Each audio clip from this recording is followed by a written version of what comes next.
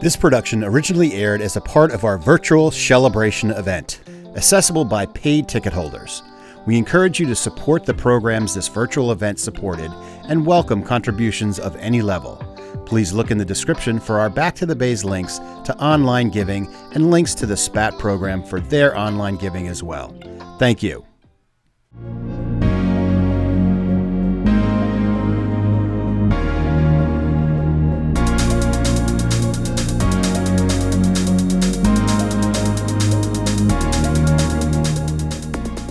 Welcome to this year's Shellebration. We're sorry that it's not the normal celebration, but this year we're doing something a little bit different, so we're kind of excited about it. It's our first attempt at a virtual event, but we're hoping you enjoy it. What I'm going to be doing today, at least initially, is showing you how to open an oyster, because oysters are clearly the star of the show, so we want to do that. So these oysters were grown at our Cornell facility in Suffolk, so they're beautiful looking animals. See right here. But what I want to do before we start is give them a little bit of a rinse. So come on over to the sink, let's check it out. So these guys literally just came out of the water this morning, less than an hour ago. So they're wonderful. If you have an opportunity to pick your own oysters, you want to look for ones that are nice and clean.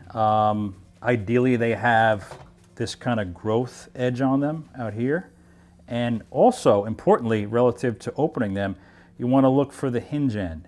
You want to avoid oysters that have kind of this curl to that end. So that makes it hard to open. What would you do with the ones with the curls, Chris? They can be steamed open. They can be open, but they're not good on the half shell. So what's going to happen is the shell might break. So depending on how brittle that is, that's going to happen. So we'll see how these do. I think these are going to be fine, but we'll find out pretty soon. You can use a brush, you can use any kind of abrasive to do that, depending on what you're doing. I mean, you got to think about the fact that people are going, if these are eaten on the half shell, they're going to be putting them up to the mouth, so you want to have them on the clean side, basically. So anyway, these look pretty good. I rinsed them off already. So we're going to bring them over here. I got a towel here. So tools of the trade. So one of the things you want to think about is an oyster knife. So there are many options for that. And I've got kind of my preference, but I'll show you some different versions of that.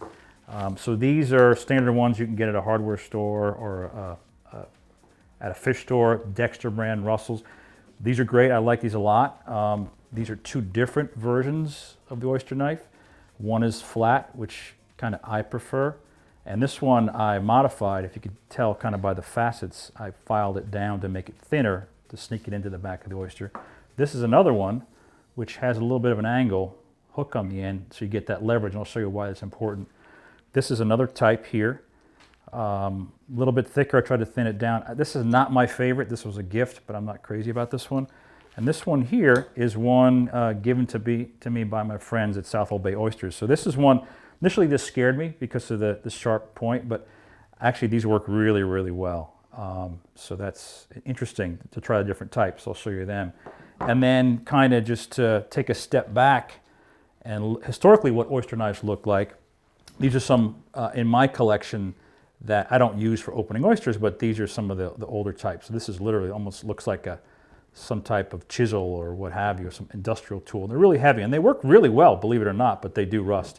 And these are so kind of mid to later 19th century versions. And they all have a flat side and then a curved or beveled side. Same thing here, same thing here. And I'm not going to use these, but because these are too old. But these are what would have been used in the 1800s. The other thing you want to think about with opening oysters, you can do it with your bare hands, but I prefer using a glove. So this is a type of glove you can use. This happens to be a cold weather glove, which you don't need, but a glove that has that rubber side to it is kind of nice. It's grippy. And then if you want to get really fancy, they've got these chainmail versions, which are not cheap by any means, but this is something that you can think about. And there's really no way you can hurt yourself with this, so it's kind of great. So anyway, we'll hold that for now, and we'll just talk about the shucking. So, but one thing I wanted to do was kind of give a shout out to the SPAT members. So If you've been to Celebration before, you know that it partially benefits the SPAT program, which is the Suffolk Project in Aquaculture Training. But you also would have seen all the volunteers, which would be wearing these red things here. And I just got this one today. Still got a tag on it, so I'm going to put this on and look official. It's Cornell red. It's got the SPAT logo on it. Thank you, Kim Techo, for that. And I'm going to wear this so I can put my knife in there if I wanted to look fancy. Anyway, it's good to have that. So normally, if you came to our celebration event, you'd see the volunteers wearing these. I'd be kind of milling around, helping a little bit, maybe delivering oysters, what have you. But these are the folks that are doing the work. So shout out to those guys and gals for all the years they've been putting in, helping out, and it does benefit their program. So getting back to the opening, I'm going to use my favorite knife right here. This guy, and I'm going to pick an oyster. So these all look really good. These came from the lab. I'm going to pick this one. It's got a nice cup to it. We're going to put it cup side down in a towel. You can wear a glove, but I prefer not to for this demonstration. So what I'm going to do is insert the knife, the oyster knife, into this hinge section and push in this way. Once you get a little bit of a release, then you're going to be twisting it to break that hinge. So I'm going to push it in a little bit. This guy's fighting me pretty good. Oh, there we go. See that little break? So once you get that, then you could slide the knife in, and the adductor muscle is over here on this side. So I'm going to come in and come across that. So I'm in here, and then I'm coming straight over and crossing over this way. It's not this side. So let's do it this way. I'll slide down the inside of the shell, try to keep stuff in place.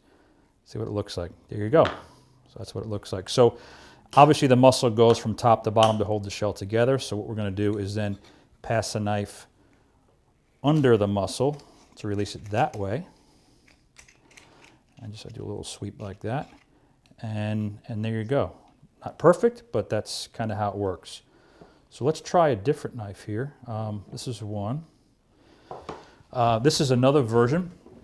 As I said, I got this from my friends at South Hole Bay Oyster, Ben and Dave, and I'm going to try this guy here. Looks good. Now this knife looks kind of scary. It does, but it's got this guard, which is nice. But the advantage of a knife like this, which I didn't really realize until they gave this to me, is that you have all this leverage. That's this focal point right here. So this is what I typically use, and it's a little wider, but this is almost better in a way. So let's see how this one works. So again, the same method, putting the cup side down. We're going to put the towel on top. I'm going to point at that apex of the shell here where the hinge is. Going to go in, little release, little twist, there you go. And then we'll do the same thing. So we'll come over, this way. So here we go. And I'll come back because I feel a little bit left on there. So here we go. Oh, a little bit left on top. It's a little sloppy. I'm not a professional, so to speak, but this is nice. You see the mantle's intact, the belly of the oyster's intact. And again, we're going to pass through and clear that muscle, and then I like to just kind of do this to make sure we're good to go. The French serve the oysters with the animal still attached to the bottom of the shell, which indicates that it's fresh, but in this country we typically would shuck it entirely so it would slide into your mouth pretty easily. So I'll demonstrate that part, which is my favorite part of all. So amazing, amazing. Just came out of the bay today. Just tastes amazing. So I'll do another one. I'm not going to use the old knives. What I'll do is I'll do it with a glove this time. And this is kind of a fancy chainmail glove that we have here. Make sure I get it on straight. Here's way. This was a gift from Kim Techo, so thank you, Kim. I think I earned it, though. Okay. Chris, how many typical? How fast do you have to be when you're a shopper? Ooh, you have to be really fast. I was doing some opening at vineyards for a while, and I wasn't fast enough. But it's like, you know, the guys and gals that can do it real fast, it's like within seconds, basically. Right. But it takes a while to kind of get warmed up and get good at it. But you know, if you're doing it in your home for a meal, it's a process. You kind of like it, and you want to appreciate the animal and look at it and before you open it, and kind of take your time with it. So that's what we're doing here. So. In this case, I've got the glove. I don't need the towel. I mean, it's still good to have something because otherwise these guys rock all over the place. So it's good to have the towel here, but I can hold it this way. You can do it even in your hand like this, but again, I don't even like that. So we're gonna go in the hinge. Again, you're gonna put the knife in like this into that hinge, kind of at a 45-degree angle from horizontal. Hold the oyster, push in. Once you get a little release, twist. So again, you see that gap forming, and then you're going in and swiping to the right. So in and then this way. There you go. And I'm going to do this. Again, not perfect because I haven't opened these in quite a while, but the big thing is you don't want to damage that belly if you can help it. And then we'll come in and we'll cut under that adductor muscle there, and we are good to go. There's a little bit of stuff in there, a little bit of shell fragments. I want to avoid that.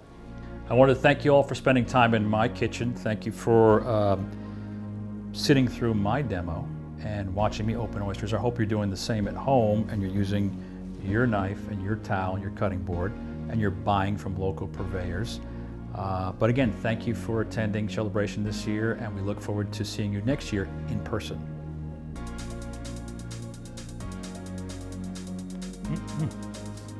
Amazing.